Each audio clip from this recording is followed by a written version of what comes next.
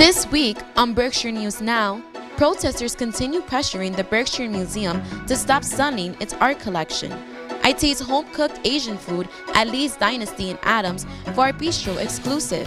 And life can be a beach on Eagle Street in North Adams. That's all coming up next in Berkshire News Now. Hello and welcome to the second episode of Berkshire News Now. I'm Karen Canella. Today, we'll begin with remembering a very special man in the community. North Berkshire has lost a leader, icon, volunteer, deacon, and a friend.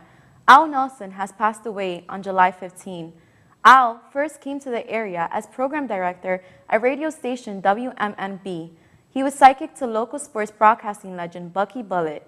Nelson then served as director of the Northern Berkshire United Way from 1981 to 1996. In retirement, he continued to serve his community through volunteerism at his church and in the Interfaith Community Food Pantry. As recently as last month, Al could be seen carrying boxes of food donations into the Eagle Street Pantry. In April, Al was honored with Community Spirit Award. At the college, we'll miss him at basketball games sitting with his lifelong friend, Steve Green. Al Nelson leaves his wife of 52 years. He was 83. North Adams Tourism and Adams Community Bank is hosting the Movies Under the Stars event for the following months of July, August, and September on every last Thursday at dusk. The event takes place in Colgrove Park Elementary. This year's theme, Year of the Dog, will feature dog movies depending on the month. This month's movie, Beethoven, will be from 8:30 p.m. to 10:30 p.m. All movies are free to the public and kid-friendly. Make sure to join the family fun. The Windsor Lake Concert Series continues, this time featuring Bang on a Can. The free concert will kick off at 7 p.m. on Wednesday, July 29th. The event is open to the public and guests are welcome to pack a picnic and bring a chair or blanket. Concessions will also be available for purchase at the Be Fair Snack Attack. Parking is free during the concert and swimming, fishing, kayaking, and canoeing are allowed at the lake at the time of the event. Downtown Bike Around is back again Thursday on August 2nd at 6 p.m. Bikers will meet at St. Anthony's parking lot in North Adams. The event is held to unite community members with a casual group ride and will be free for the public. All ages are welcome to join. If you are interested, make sure to contact Amanda Chilson at achilson at nbnccoalition.org for more information. Looking for something fun to do during the weekends? Now is your chance. On Wednesday, August 1st, a game of trivia will take place at 8 p.m. in Ramonto's Pizza. The game will have grand prizes and teams of 4 are welcome to the event. The Red Sox World Series trophy visited North Adams on July 17th at the One Country, One Game, a celebration of baseball exhibition located at 66 Main Street. The trophy was on view from 11 a.m. to 3 p.m. and visitors were allowed to take photos with the trophy but were not allowed to touch it. Steeplecats players were amongst the visitors for the event, and all teammates posed for the camera with big grins on their faces. The Boston Red Sox security team was also on site to help everyone remember the no-touching rule. The Berkshire Museum has been in the midst of a heated debate for selling their art pieces.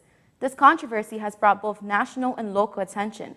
Some have taken to rallying and protesting against the museum's choice, and we have more on the story from the latest rally. In the summer of 2017, the Berkshire Museum announced it will auction 40 different works of art from the museum's collection by artists like Norman Rockwell, Arben Bierstadt, and Alexander Calder. The board said that the proceeds will be used to increase the museum's endowment, renovate its building, and expand programming. The decision caused an uproar both locally and nationally. Protests by some citizens followed, and the museum was taken to the Massachusetts Judicial Supreme Court. The court ruled in favor of the museum's decision in April 2018, and the museum was allowed to sell a number of its art pieces, which it did for $47 million in April and May. 9 more works from the collection are expected to be sold in coming months. Many art activists have taken to protesting, and opponents held another protest in front of the Berkshire Museum on Saturday, July 14th, asking the museum to stop selling its art. Sarah Hatch, a Berkshire resident, talks about why she joined the protests. I'm demonstrating against the sale of additional art at the museum. I think that they have more than enough to do whatever they want to do. And like any good stewards of money, you have to live within your budget. And they have $47 million That's plenty of money to do whatever they need to do. Hatch explains how important these protests are to the community. I think that the board and the community are not paying any attention, and I think it's very important that we bring attention. So that's enough. Stop. Do what you want with that money, but don't do any more in terms of selling art. Hope Davis, owner of Hope Davis Fine Art, explains why the selling of the last art pieces like the Hudson River Schoolworks and Albert Bierstadt painting erases the history of Pittsfield. I'm here as an art educator and an appraiser in the field of American art, so I understand what these paintings are. They're valued not only to our national history, but obviously to the specific history of Pittsfield. A new science center is part of the museum's vision, in which they claim will bring residents together through more experiential and innovative exhibits. I think many of us do not have any problem with making a science mission more visible, and certainly not with renovations to the building. But the art is really a critical part of the original mission, and the original mission needs to be respected and upheld. Artist Carol Deal says the museum has an opportunity to prove that they are on the community side, and they are not just aiming to gain financial power by selling the historical art pieces. We feel that this is an opportunity the museum has to engage with the community, to prove that it wants to engage with the community instead of the economic powers like Sotheby's, who seem to come first. They have not disclose what their arrangement is with Sotheby's. But if they were to stop at this point, be fiscally transparent, which they have not been, it would bring peace to Pittsfield. Deal also commented on the Supreme Court ruling of the case. The Attorney General gave an absolutely scathing report in January and turned around in February and just dismissed the whole thing. So we don't know what's going on with that. But the Attorney General's office told us that they had not seen the full agreement with Sotheby's. Deal says other museums will have to face protesters first before attempting to make the same decisions as the Berkshire Museum. All of these things that are historically and artistically so important to us could now be up for grabs. So we want to make it clear to other museums that might try this, that this is what they're up against. I attempted to contact Berkshire Museum officials but was unsuccessful.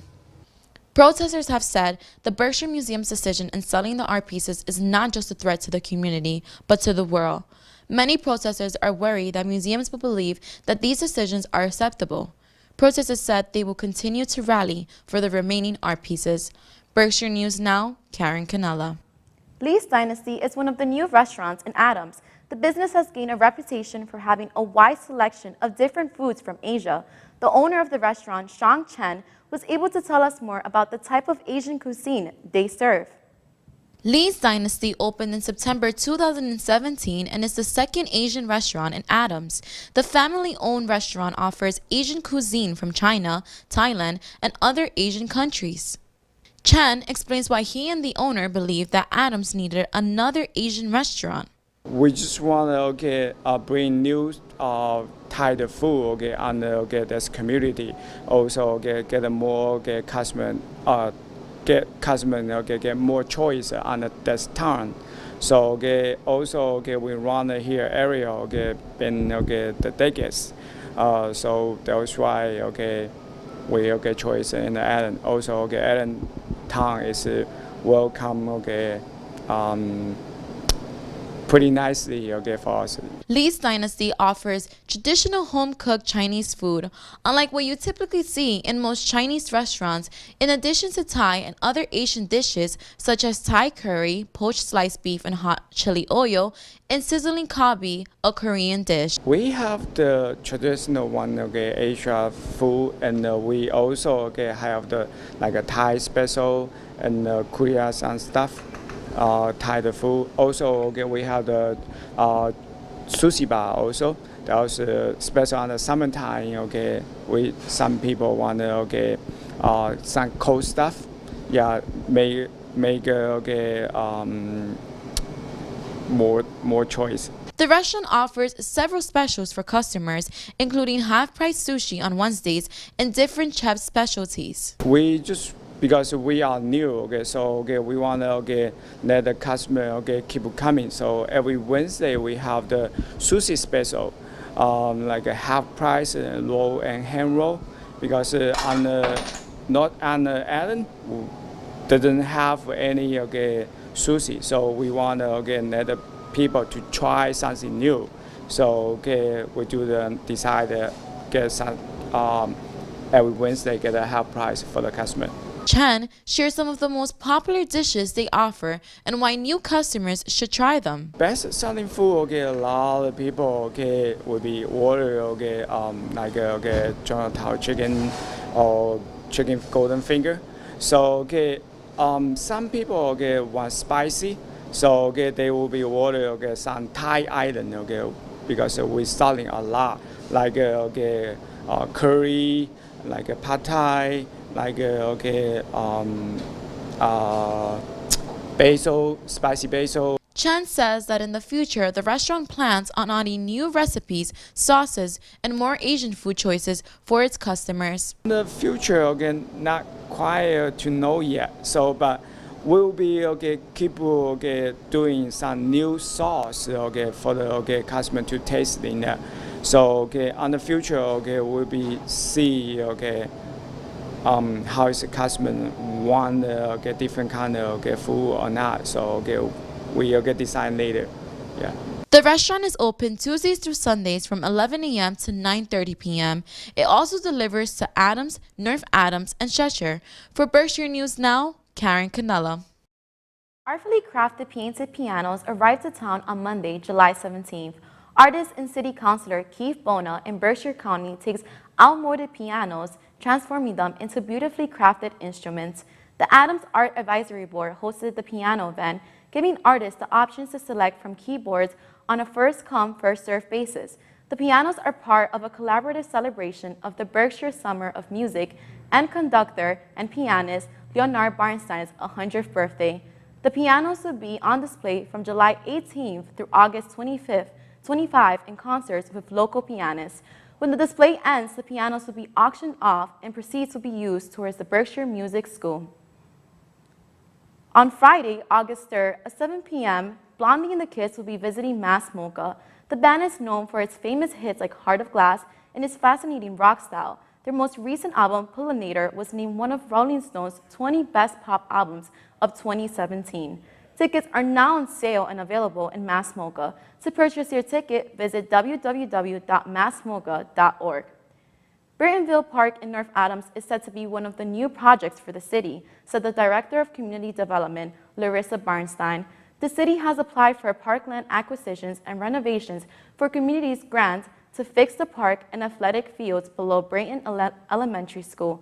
Recently, North Adams has utilized park grants to build a skate park at Noel Field, and park funds will also be used towards the splash park and other amenities at the downtown complex. The city would like to improve the athletic facilities and make the area more usable for all ages. The City Council gave its approval to the city to spend $425,000 to replace 8 vehicles in the Department of Public Services. The order authorizes the purchase of 4 Ford F-550 heavy-duty trucks, the green trucks, 2 Dodge Ram Traceman pickup trucks for public services and inspection services, a Chevrolet Silverado 3500 for the building department, and a Hyundai Sonata hybrid for inspection services. The City Council ruled out that the old vehicles was a waste of the city's money on repair and that the purchase of new vehicles would be a smarter financial investment and ensures the safety of employees. The Beach Party in North Adams had their 20th anniversary this year. The party on Eagle Street is one of the events the community awaits each summer. Let's find out what happens when one street is transformed from pavement and parking to beach balls and sandcastles. The Beach Party on Eagle Street marked its 20th anniversary this year in North Adams. The 125-ton of sand spread along the length of the entire street is what makes this event different than any other beach party you've ever seen. This is what happens when one wild idea comes to life. North Adams residents spoke about what the best part of the beach tradition is for them. Making sandcastles and winning prizes and getting pops and making sand animals All the food. Yeah. Food offerings. I like seeing the sandcastles. Yeah, I like meeting friends too, so that's great. Spending time with my kids and watching them have fun. We got ice pops. And it's fun making things and jumping all over the sand. It's so fun. And you can make a lot of friends and just have fun with your family and stuff. Yeah. Bearing the kids, probably. They love that. The community event brought people from all over the Berkshires, including Williamstown, Cheshire, and North Adams residents. Many commented on how the beach party has welcomed new friendships. I got some of my friends from my new school, and it will be in my class or a different class next year. I think it's a really good community event. It just brings people together, and we always enjoy running into friends here and stuff, so we come every year. The beach party is bringing us closer to each other so we can be friends.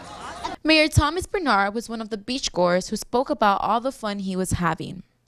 I'm having a blast, and this has been going on for 20 years now, and every year that I've come down to it, it's like this. You've got energy, you've got community, you see people you see all the time, you see people you rarely see. You got kids, you got parents, you got grandparents.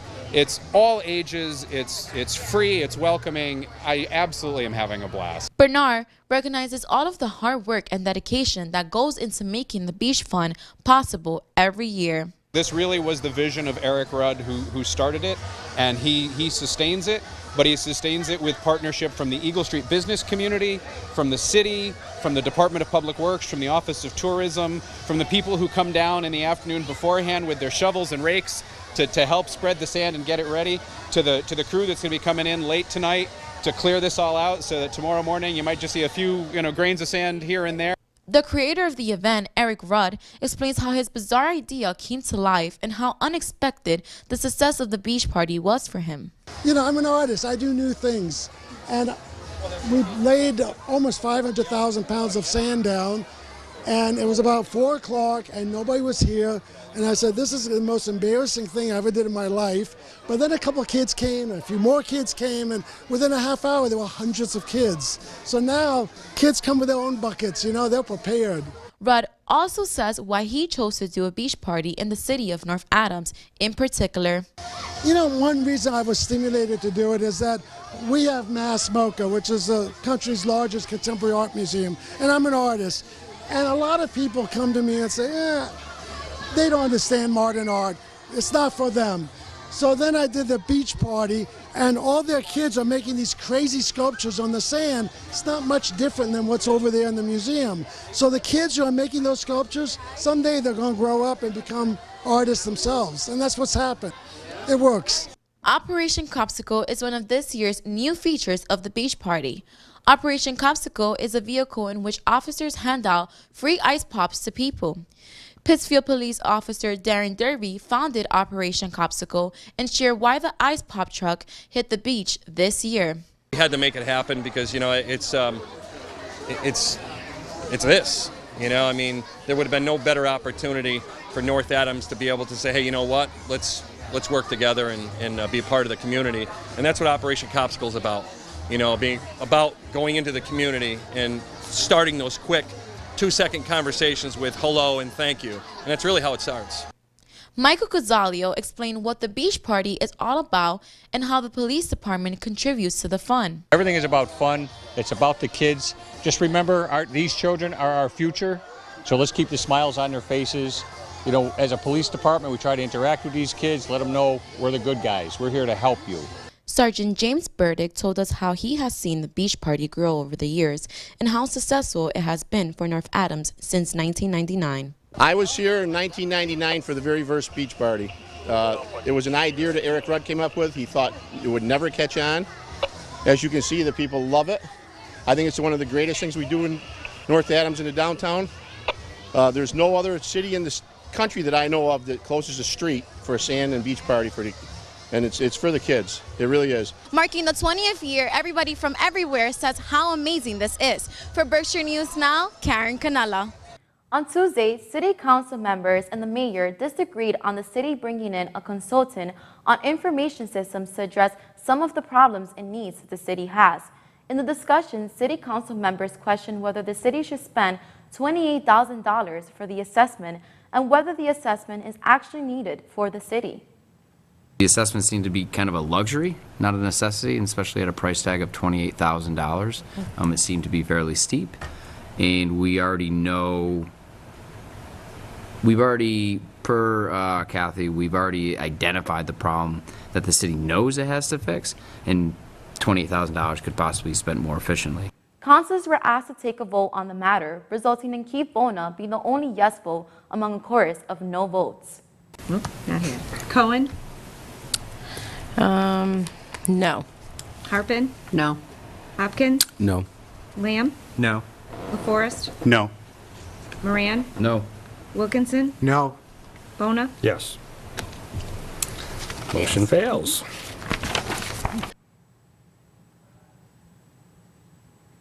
Mayor Thomas Bernard spoke about the need for the information system, his future plans in relaunching this project to City Council members again, and how he will be playing a role in making sure the project happens.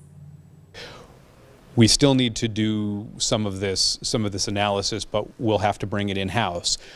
That will save some money, but it may add some time because this will become something that I play a role in, because it's very important to me that we get this right, and so I'll have a strong hand on it. But that's one project among many that I'm working on, so it will extend the time frame on it.